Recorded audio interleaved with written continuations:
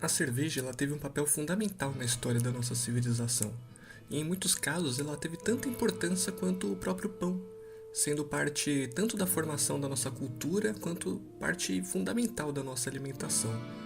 Alguns historiadores eles afirmam que em alguns casos a cerveja ela pode ter sido domesticada antes do pão. Mas será que isso é possível? Oi pessoal, bem-vindos ao Escavando História. Hoje a gente vai investigar um pouco da história da cerveja na antiguidade e descobrir o papel super importante que ela teve para nós e para que a gente deixasse de ser um povo nômade. Segura aí sua caneca, abre uma latinha, porque hoje a gente vai desenterrar os segredos mais antigos da nossa relação com a cerveja. Bom, primeiro a gente vai começar falando aqui dos vestígios mais antigos que a gente tem da produção da cerveja e como ela pode ter influenciado ali os povos a viver mais próximos de onde essa bebida podia ser produzida. Em 2008, os arqueólogos encontraram em Israel uma caverna pré-histórica, onde os natufianos eles faziam cerveja há cerca de 13 mil anos atrás. Os natufianos eram um povo que vivia de forma seminômade na região do Levante, que é uma região ali do Oriente Médio que se estende da Turquia até o Egito. Os natufianos eles viviam da coleta de vegetais e da caça, mas evidências elas mostram pra gente que eles foram uma das primeiras culturas a desenvolver uma agricultura mais primitiva e um pouco mais rudimentar. Essa agricultura meio limitada, ao que parece, foi o suficiente para que se criasse uma das primeiras versões da cerveja, uma espécie de um mingau bem espesso assim fermentado, bastante ácido, mais ou menos uns 2 ou 3% de álcool feita de cevada e trigo. Essa cerveja era usada não só como alimento comum ou para banquetes, mas também era usado para rituais funerários. Acho que para animar um pouco o sepultamento de alguém, consolar ali quem estava triste, né? É possível também especular, por exemplo, que um dos motivos que pode ter feito os natufianos se assentarem ali nas primeiras vilas pode ter sido justamente pela proximidade de locais onde pudesse germinar trigo e cevada, não apenas para o pão, mas também para a cerveja. Nessa caverna a gente pode ver esses buracos aqui feitos com argamassa, que era onde a cerveja era basicamente feita e deixada ali para fermentar. Além dos natufianos, a nossa saga da cerveja nos leva ali para o leste da China, há cerca de uns 9 mil anos atrás. Os arqueólogos eles descobriram esqueletos humanos que estavam deitados do lado de vários restos de potes de cerâmica. Esses potes eles tinham resíduos de uma espécie de uma bebida alcoólica fermentada feita de arroz. Essa cerveja chinesa à base de arroz parecia ter sido muito comum na região, e os povos sedentários dali eles produziram ela em uma escala muito grande, já que também foram encontradas evidências bem parecidas em outras regiões da China, ali ao norte, por exemplo. Além da própria cerveja, foram encontradas várias ferramentas para preparar ela, como um moinho de pedra. Ah, você quer saber o gosto? Essa cerveja ela tinha mais ou menos 2 a 3% de álcool também, e ela tinha um gosto um pouco mais doce. Em Godin Tepe, onde hoje em dia fica o Irã, em 1992 encontramos também vários jarros de cerveja com indicações de fermentação. Essa cerveja é datada de uns 5 mil anos atrás, mais ou menos. O mais interessante nesse caso é que os jarros eles têm vestígios de cerveja e eles foram encontrados num pequeno salão fechado, que dá a impressão pra gente, pelo menos até o momento, que se trata provavelmente da primeira cervejaria profissional. Os jarros nos quais eram preparadas essas cervejas eles eram bem bonitos e tinham imagens de leões e cobras, que poderiam ser associados à proteção.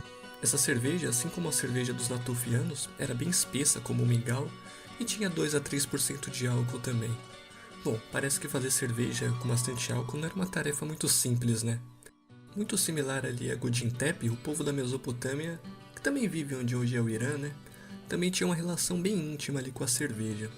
Na Mesopotâmia, a produção de cerveja não só era essencial ali para a vida cotidiana, como tinha muitos outros usos. Era uma oferenda religiosa e até mesmo uma forma de pagamento pelo trabalho. Ter cerveja em boa quantidade era mais ou menos um símbolo de status, vai. O mais interessante, porém, é que a gente pode notar uma forte influência feminina, tanto na produção quanto na venda da bebida, o que era bastante incomum na época e as mulheres tinham pouquíssimas oportunidades de trabalho. Um poema dedicado a Ninkasi, a deusa padroeira da cerveja, ela revela alguns detalhes sobre a produção da bebida na Mesopotâmia, e além disso destaca as mulheres como cervejeiras. As mulheres, salvo em casos muito raros, não tinham permissão nenhuma de executar trabalho que pudesse ser remunerado. Mas, nesse caso, as mulheres estavam envolvidas tanto na colheita dos grãos para a fermentação da cerveja e até mesmo no comércio, podendo vender elas em tavernas e mercados. Nós sabemos disso graças ao famoso Código de Hammurabi, o conjunto de leis escritas mais antigo que a gente tem. No código, a maior parte das profissões elas são mencionadas no masculino, mas no caso da cerveja, as profissões elas são descritas ali no feminino. No código tem 4 leis escritas que se referem à cerveja. Olha só, vamos enumerar elas. A primeira: se a dona de uma taverna recusar aceitar milho como pagamento pela bebida, mas optar por dinheiro e o preço da bebida for inferior ao do milho, ela será lançada na água, que quer dizer basicamente afogada. Número 2. Se conspiradores se encontrarem no estabelecimento de uma dona de taverna e não forem capturados, a dona da taverna será condenada à morte. Número 3. Se uma sacerdotisa abrir ou entrar em uma taverna para beber, ela será queimada até a morte. E, número 4.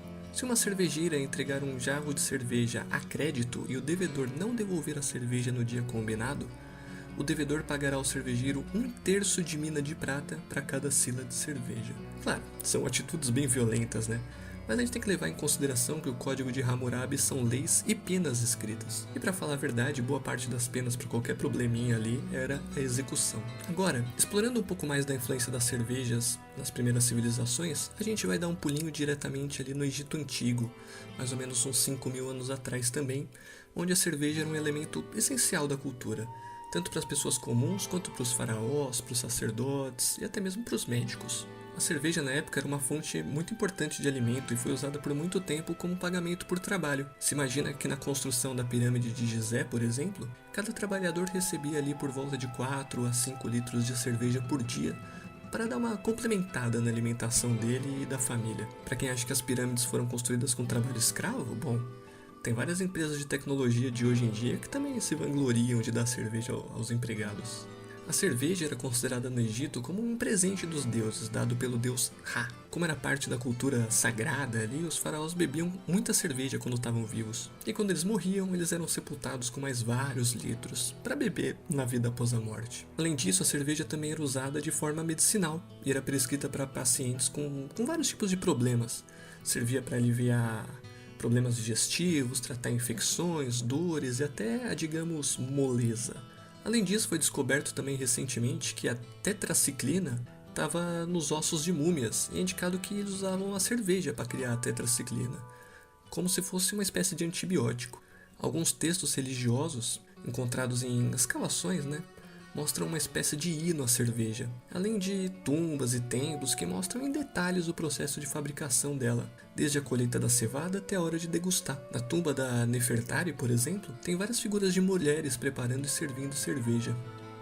Mas cerveja no Antigo Egito não era pouca coisa não, eles realmente sabiam como preparar. Inclusive eles tinham pelo menos 3 tipos de cerveja diferentes. A Requete, por exemplo, que era um tipo de cerveja clara e leve, tinha 2 a 3% de álcool e era uma bebida diária para as pessoas de todas as classes sociais. Era feita de cevada, água e levedura. A cerveja Tenemu, que era uma cerveja um pouco mais escura e mais encorpada, ela tinha de 4 a 6% de álcool e era feita com cevada, trigo, mel e algumas outras especiarias da região. Essa era considerada bem mais especial já e era usada para tratamentos medicinais. Já a cerveja Sechete era quase avermelhada. Ela tinha um aroma forte, assim, um teor alcoólico um pouco mais alto, podendo variar, na verdade, e era feita de cevada e frutas. Essa era uma bebida mais especial mesmo, e era feita para se beber em rituais ou oferecer aos deuses. Porém, a gente tem outros casos onde a cerveja foi muito valiosa para as sociedades que deixaram de ser nômades ali e se fixaram em alguma região. Na América Central, por exemplo, uma cerveja de milho chamada xixa foi produzida há pelo menos 10.000 anos atrás, e era muito importante ali para os maias, astecas, incas e outras sociedades ali da região, e era parte integral não da alimentação, mas da identidade e da cultura desses povos. Agora vem a questão, quem veio primeiro, o pão ou a cerveja? Bom, agora a gente vai falar de uma das questões mais importantes aqui da nossa discussão, que vem desafiando os arqueólogos e historiadores já há bastante tempo. Teria sido a cerveja a principal fonte de alimento do ser humano em alguma época? Bom, teria sido ela que fez com que nós, como humanidade mesmo, decidíssemos nos fixar ali, morar no mesmo lugar, superando até mesmo o pão? Bom, os defensores dessa teoria eles argumentam que plantações de trigo e a fabricação de pão era praticamente insustentável no seu início, porque as técnicas agrícolas eram muito precárias, além das ferramentas muito rústicas ali e o pouco conhecimento dos próprios ciclos de plantio. Lembrando que as plantações da época geravam muito pouco pão e era um pão bem duro, pequeno e sem fermento. Nesse cenário, a cerveja, com seu apelo ali viciante, seu papel social, poderia ter sido crucial para manter as comunidades ali estabelecidas, né? E um grande incentivo a manter os humanos próximos de onde essa bebida alcoólica podia ser fabricada. Claro, não apenas pensando na qualidade nutritiva delas, mas também no barato que ela dava, né? Por outro lado, os defensores da hipótese que o pão foi o precursor da nossa estadia como sedentários, considera difícil que a cerveja tenha sido criada por acidente, como possivelmente ocorreu ali com o pão, né? Acreditam que o pão teria surgido primeiro e, com o conhecimento adquirido na fabricação dele, os humanos aprenderam a produzir a cerveja ali logo em seguida. Além disso, eles argumentam que é difícil manter uma sociedade constantemente intoxicada, né? Contudo, a teoria mais aceita sugere que o pão e a cerveja eram resultados de um mesmo processo, ou de um processo muito parecido, né? Já que ambos eram feitos mais ou menos com os mesmos materiais, e a diferença era só na fermentação alcoólica, por exemplo. A hipótese aqui, então, se parece um pouco com aquela velha história de quem veio primeiro, o ovo ou a galinha, o pão ou a cerveja. Bom, pessoal, conforme exploramos ali os vestígios e os registros ali do passado, cheio de bêbados, né? Percebemos que a cerveja ela teve um papel crucial na formação da nossa cultura, da nutrição, do comércio e da religião. A cerveja não só matava a sede, dava um grau e limpava a própria água, como também moldava o que viria a ser a cultura humana. Bom, pessoal, espero que tenham gostado dessa viagem pelo mundo da cerveja. Se vocês quiserem mais vídeo como esse, deem like, se inscrevam e cliquem no sininho, hein? Até a próxima!